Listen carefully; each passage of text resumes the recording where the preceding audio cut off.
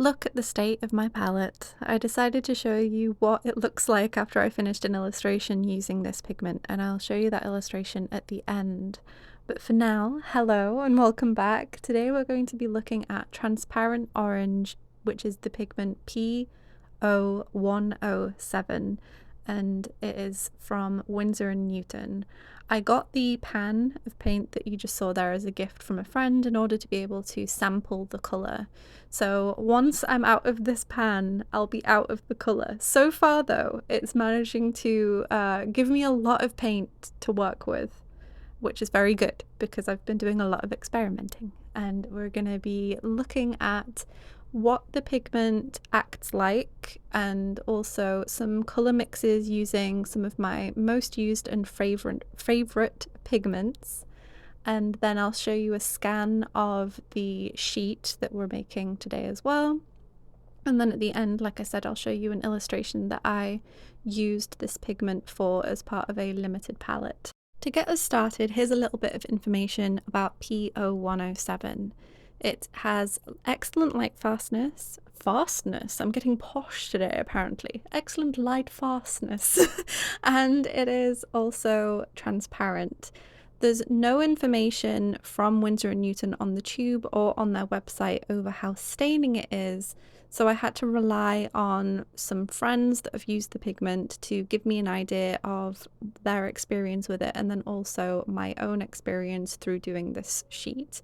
So we'll see how lifting and staining it is through those tests when they happen. But first we're doing a nice big gradated wash in order for me to sort of just get a general overview of the pigment and how it acts. So straight off the bat, you'll notice it is more of an orange than what I might necessarily be looking for, because I am trying to find at the moment a replacement for my discontinued PO71, which was transparent pyrrole orange from Daniel Smith pre-2019. There's a whole series of videos you can go watch about that, but the hue of this is more orange than what I'm trying to replace. However, a lot of its characteristics are what I'm looking for. It has the transparency I'm looking for, it has the luminosity that I'm looking for, it's got the lack of granulation, it's got like this lovely mixture of being bright yet also having an earthiness to it that the old PO71 had as well. So all of those things I'm really loving about this pigment. You just saw a little wet wash test there, so I dropped some of the paint into a rectangle of water just to see how it moves, and you can see that it does move. It doesn't move drastically, but it does move a little bit. It's got like a balanced movement to it. Now we're getting onto the colour mixing. So we're starting with Indanthrone Blue PB60. I find that this neutralises quite nicely. It seems that some of the warmer blues are where this starts to neutralise. So we get some lovely cool greys, neutral greys, and then warm greys, and then into some browns. So we get a really nice variety of colours here. I'm using my favourite method of making colour charts, which is where you start with one pigment, gradually adding another pigment, and then you get to see the full range between the two pigments. So now we're doing Ultramarine Blue, PB29. Similar case again of like slightly neutralizing, but this time with some heavy granulation, because this one is French Ultramarine by Schminke, which has quite heavy granulation to it. So you get to see a lot of the granulating blue in these mixes, but it's a very similar case of some greys and browns being produced by these two together. Next up we have Quinacridone Magenta PR122 that I've currently been learning about to see if I want to replace my Quinacridone Rose with it, so that's why it's on this chart instead of PB19. I absolutely love the reds and red oranges that these two together can produce. I could definitely see my palettes having PR122 as a cool red and then this transparent orange as essentially a warm red spot, and then mixing everything in between with the two. That could very definitely happen just because I love the mixes that the two make together. Next we have Perylene Dark Red, which is PR178. Now this combination I can see as a potential solution for trying to make a hue that is similar to the old PR071 that I like so much. I'm currently doing some tests to see whether or not creating a hue with this is something that I would want to do in order to actually make a warm red rather than having an orange in my warm red spot. Another potential solution is the pigment you're seeing now, which is Permanent Red Deep by Mission Gold, which is PR254. It's a little bit too bright and intense for the kind of hue that I'm looking for though, but still lovely reds regardless. Next up we have a classic, we have PY150, better known as Nickel Azo Yellow. In this particular case it is Yellow Lake by Sennelier though, because why do companies have to keep using different names for things? A lovely range of yellows and oranges produced by that. Another classic colour for me is the confusing Azo Green, which is the yellow pigment PY129. I love the golden tones you can get from mixing these two together. Mixing muted yellows and golden tones using PY129 is one of my favourite things to be doing this year, so it's very fitting that it shows up on this chart. By this point, I realised that I hadn't done a cool leaning blue, so now we're going to be looking at Phthalo Blue Green shade, which is PB15. This creates some lovely muted tones because it doesn't quite neutralise, but it does neutralise enough to create muted blues, teals, greens and browns. Very useful colours to me, and I'm going to talk more about that when we're looking at the scan. When we look at the scan, I'll also talk about the next row of mixes a little bit more as well, which is going to be from Phthalo Green Blue shade, also known as PG7. This is one that I mix with my PO71 a lot, so I'm going to talk a little bit more in depth about this area, but it creates gorgeous muted greens and browns as well. After this one, we're going to be looking at Perylene Violet PV29. This is a pigment that I have been exploring this year. I picked it up for the first time a couple months ago, and I have fallen in love with it. I have fallen head over heels for Perylene Violet, and it was a mix that featured heavily in the illustration that you're going to see at the end of this video. These two pigments together create an absolutely gorgeous range of browns and earth tones. I love these two pigments together so much. So much. It creates gorgeous orange and red and purple browns. They're edible. Nom nom nom nom nom. I just want to eat them. Don't eat paint, but oh, they look so pretty. And together, when you add PB60 into the mix as well, the three of them end up producing some more neutralized browns, which is what I did for the very bottom of the mixing chart. So you get to see what they look like in some overcast natural lighting, but in a moment you'll see this scan. I'm also going to put a high res version of the scan up on Patreon for free. So if you're interested in seeing the scan on screen, high res, you can check that out in the description. But for now, let's just look at what is on the screen. So I'm going to start off with the left side of the sheet and talk about some of the pigment characteristics. In the row of, well, the column of 3 different squares, we've got a glazing test, a lifting test, and then just the mass tone. So I tried to put the pigment down as thickly as possible in the bottom of the 3 squares you see there. In terms of glazing, it did okay. There was a tiny little bit of lifting going on, especially on the bottom side, but for the most part the glazing was okay.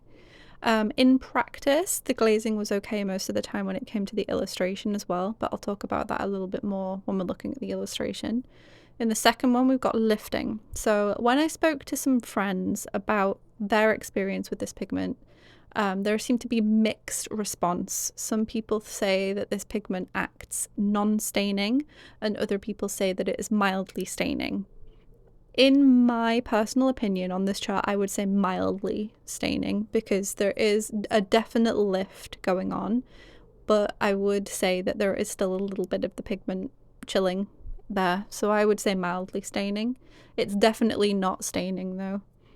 And then in terms of the mass tone, you can get quite a dark red-orange when you really, really thickly apply this. But in terms of it getting washed out, it definitely comes across more of a middle orange. Earlier I spoke about some of my initial attempts to try and create a hue with this. I would say that PR178 is the closest I've come in my tests with adding pigments to it to create a hue, but there are some issues with using perylines in terms of scanning. So if I were to create a hue using a perylene, I would want to do some more extensive tests to see if the perylene being in the hue affected its capability of being scanned. However, since I have obtained a scanner, I have been doing a lot of tests with watercolors in general, and I've found that certain ranges on the color wheel tend to need more adjustment when being scanned anyway. So I don't necessarily know how much perylines would be an issue to me versus just the fact that I'm having to adjust certain colors anyway after scanning. So that's going to be for future tests. But for now, there are definitely potential hues that I can make with this. One of the things I said I wanted to talk about a little bit more when it came to looking at the scan was the green and the phthalo blue. So one thing I'm testing for when I'm using these pigments that are a potential replacement for my warm red is the kinds of mixes that I usually use that warm red for. Transparent Pyrrole Orange pre-2019 is a very common colour that I use to create muted greens, especially when it comes to very mossy, earthy greens, and then some sort of really deep brown tones as well. And I do feel like I'm able to reach those really, really nicely with this pigment. So much so that I could even consider not having to make a hue by adding a red to it. I could see myself just using PO107 as is on my palette in a kind of warm red spot. And then, like I mentioned earlier, mixing it with my cool red to get all of those tones in between, especially since I find that I like what those look like.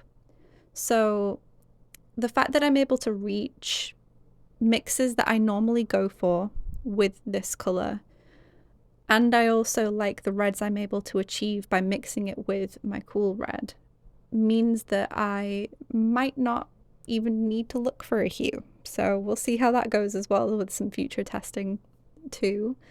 Let's see, is that everything that I wanted to cover looking at the scan? If you have any questions regarding the scan or anything, then leave them below, but we're going to move on to the illustration now. Okay, so on the left we have the full finished illustration, and then on the right we have two close-ups. This illustration was done on hot pressed Arches watercolor paper, and it is 9 by 12 inches. So I was able to get a lot of use out of the pan of paint that I had, and I still have a tiny bit left that I'm going to try and squeeze another painting out of. So we'll put fingers crossed with that. Wish me luck if I can get another painting out of the rest of the paint. But for this illustration, I used 5 watercolor pigments. That's not counting the white gouache that I used. We're just looking at the watercolors for now.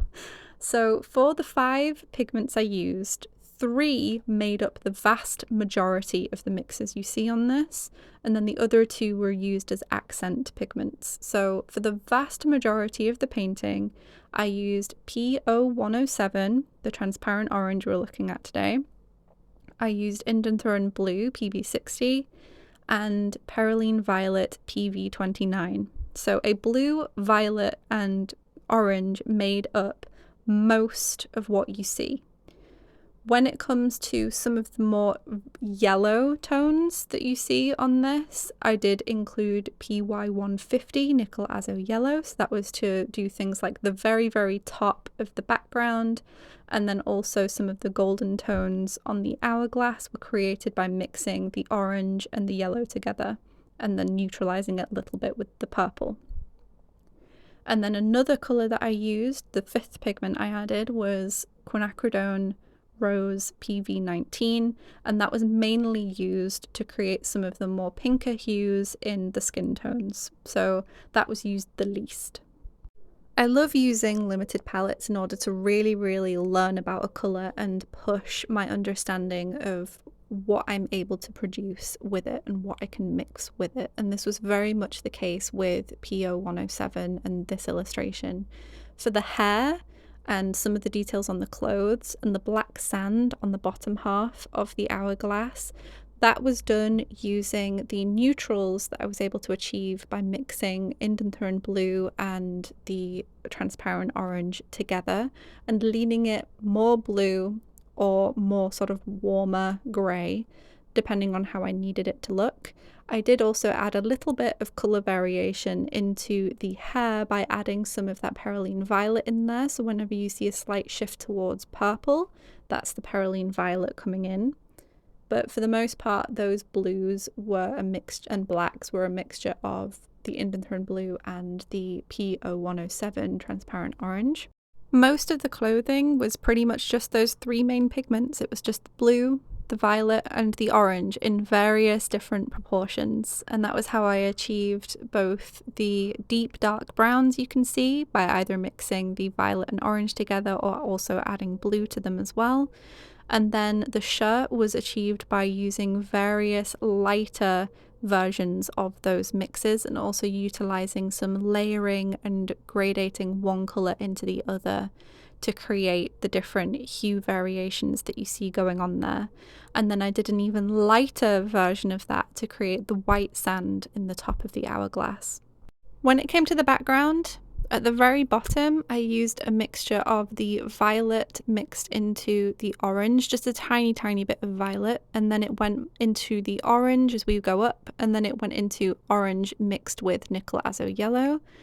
If you look at the top right, you'll see that there is some texture to the background, and that is because I went over with a really light layer of colour pencil over the top in three hues, a red, orange, and then a yellow orange. And I just did a very light layer so you can still see the watercolour underneath. I do want to be honest about doing that just so that there's no confusion over what's going on with the background. And there we have it. That is a pigment exploration of transparent orange PO107 by Winsor and Newton. If you have any questions or if you feel like I missed any information and you'd like some clarification, please let me know in the comments and I'll get back to you when I can. Thank you so much for watching and I'll see you next time. Bye!